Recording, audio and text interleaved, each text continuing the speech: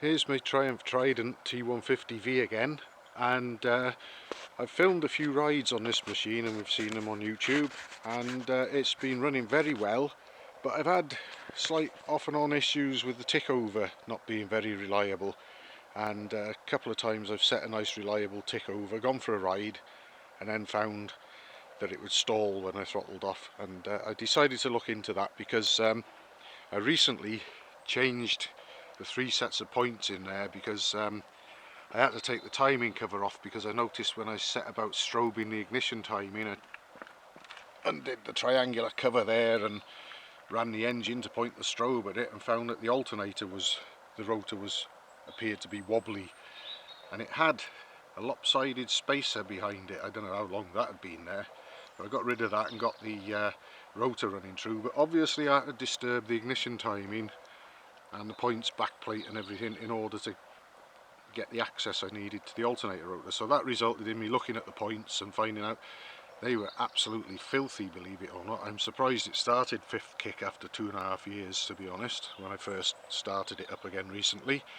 But I put all that in order, cleaned a replacement set of points, not a new set but a better set, cleaned the points, put them in, timed it all up and everything, got it running nicely, and I thought it was a happy bunny. But eventually the tickover started playing up, and I've had to take the mixture screws out the carburettors a couple of times and blow through with an airline, which has sort of restored the equilibrium briefly, but it kept losing the tickover again and I wasn't happy with it, so I decided something had to be done. And 2.5 years ago, when I got this machine running again, I had the carburettors off the bike and stripped and cleaned them thoroughly and set them up, so I didn't really want to go disturbing them again just yet. So what I decided to do was, one by one, take the drain plugs out the bottom of the float bowls and run some petrol through with both taps open to sort of flush the float bowls and the float needles and everything through, because I spotted the middle carburettor was actually overfilling and oozing petrol, so I realised that the float and the float needle weren't seating properly there. So I decided that one at a time I'd get the full flow of both fuel taps through and flush them out, and I put containers underneath. Obviously a nice little Chinese takeaway carton works. Run some fuel through and see it's all coming through, and you can see any debris and muck and whatever and collect it and get rid of it. And there was quite a lot of dirt in the bottom of each of these drain plugs as well, so I dealt with them. Also, this tap is the on tap, and this tap is the reserve tap. Now the on tap has a little standpipe incorporated into it inside the gauze filter that comes up to probably around about there somewhere, so that you use your fuel down to there, appear to run out, and then you open a reserve tap which takes fuel directly from the bottom. But recently I've been running it, because I've had it pretty full of fuel most of the time anyway, I've been running it with both taps open, and this one's been taking fuel from the bottom. I also siphoned the tank empty and took the taps out anyway, and I had to replace this one because it was leaking, so I've got a brand new tap there now. But the on tap actually had like a sort of fine, almost resin gluey like substance coating the gauze, and there's virtually no flow through that one. So what I did is I took it out, and I got a tin, an empty cat food tin, or bean tin, spaghetti tin, anything will do. I put some washing up liquid in it, put the tap in it, and it was open, and I put boiling water, poured boiling water in there, and it went off like a geyser. It was bubbling and blowing, and obviously the pressure and the heat and everything inside the gauze and the washing up liquid was forcing this substance to release off the filter, and I got it a couple of goes, I got it clean, and its flow is perfect now. So what I intend to do from now on is run on this tap only, which has got the standpipe, so hopefully any silt in the bottom of the tank that may be there won't get picked up. But at the next opportunity I'll get the tank off and swill it around and wash it out and whatever, but I don't think there's very much in there. So what I'm going to do now, in a moment, is start up. It's cold, I haven't started it today. I ran it yesterday, I went for a ride on it yesterday to fill it up. But I've got a carburettor on the table, and I just thought I'd demonstrate a theory.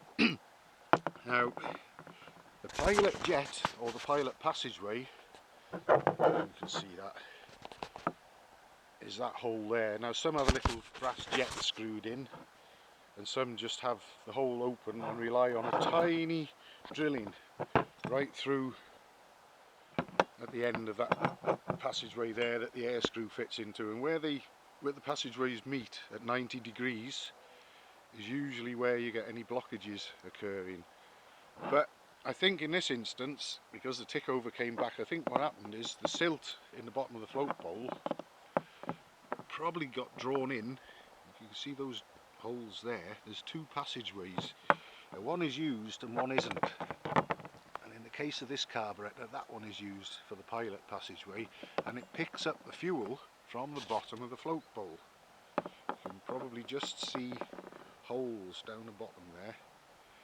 Fuel goes in through either of them and gets drawn up here and into the pilot passageway, and I think some silt got in one or two of them and shut them off, and when I blew them back with the airline, that's got dislodged, and then when I flushed the fuel float bowls through one by removing these plugs and blasting petrol through from the tank with both taps open, I've cleared it, because certainly yesterday the engine started and was ticking over nicely. So we'll just try my luck, shall we, and see what happens today.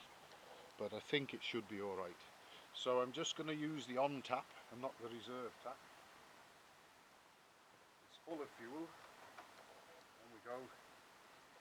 Now, previously, the centre carburettor, tickler, used petrol when I've turned the tap on. And you can see there, it's nice and dry. But yesterday it was actually squirting petrol because the float needle obviously wasn't seating too well. So that's all okay now. Because too high a float level wouldn't have helped the tick over either. Let's see what we get. Tickle the two. Oh, here we are. We've got a little bit there. Right, okay. Let's just start up then.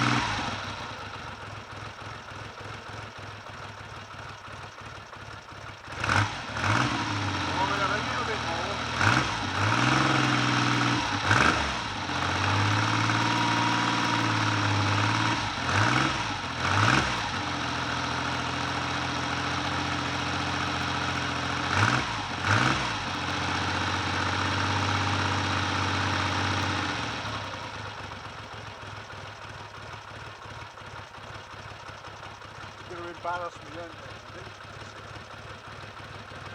Just catching that there. That's straight from cold. No warming up prior to this film being shot.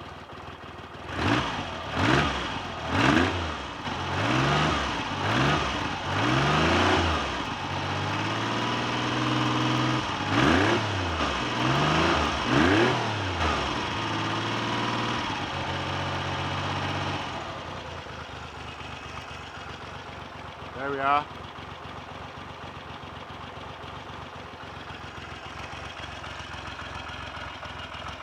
What I'll do, I'll switch it off and give it a kick with no throttle and see if we go straight into a tick over. Just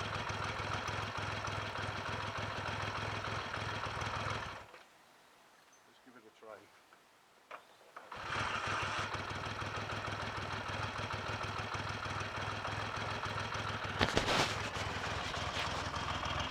Yeah, I think that'll do nicely.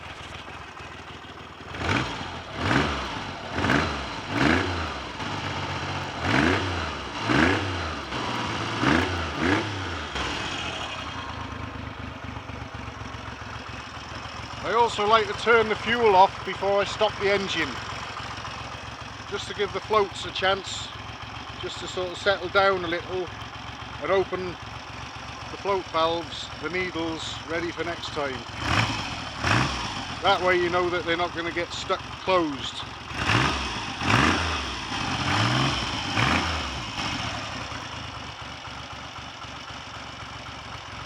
So there we are, it does tick over with 3 sets of points and its original Amel Mark 1 concentrics. And as we've seen, it runs pretty nicely too, so I think I'm happy with that. There's one other small thing, seeing as we've had comments. This one's probably been seen previously on my Tiger Cub, and it's just a digital timer I've got so that I can see when my time's up for filming on the camera, because the camera only does 29 minutes video filming at a time. So I set this, and when I see it going past 25 minutes I know that it's time to sort of think about pulling over, stopping and restarting the camera. So that's what that's all about. The key fob, there's been quite a few remarks about that. I got this at or around the same time as I got the bike actually, and some people have made remarks about it clanging against the upper fork shroud here, and I thought we'd have a look at it. There it is. Chastity belts, the master key. I was probably only about 18 when I got this. I was only 18 when I got the bike actually. I'd just turned 18 by about 5 or 6 weeks. And on the back I've been playing with my letter stamps and stamped my name on it, but interestingly I've obviously done a fair few miles on this bike, because look at what's happened to the edge of that key fob over the years. I used this bike a lot in the early and mid 80s, and then it got mothballed probably until I would say the mid 90s perhaps. I used it again until 2003, and then it got put away for a very long time. So although it hasn't been on the road for quite a long time, a large number of years, obviously when I had it on the road I did a lot of miles on it. And there's no real point in my looking at the speedometer clock either, because I know I changed that, because the original one had a cracked glass and was in a hell of a state, so I can't really sort of tell anybody what the true mileage of this machine is. But it hasn't done more than perhaps about 10,000 at a guess on the Hyde 850 top end, Norman Hyde cylinder barrel and piston conversion. Cylinder head also went to Norman Hyde's and had some porting work done, and I raised the gearing on it slightly as well, and it pulls like a train and goes like stink. I once had the speedometer and the rev counter telling me that I was doing 135 miles an hour on this when I was a very naughty boy in a previous life a long time ago. But I won't be trying anything like that in my videos now. It goes very well. I'll try and be a bit more sensible with it. It's an old classic and it needs looking after and treating with some respect, and hopefully that way it'll last a good long time to come and provide plenty of entertainment for me and maybe some others as well, all being well.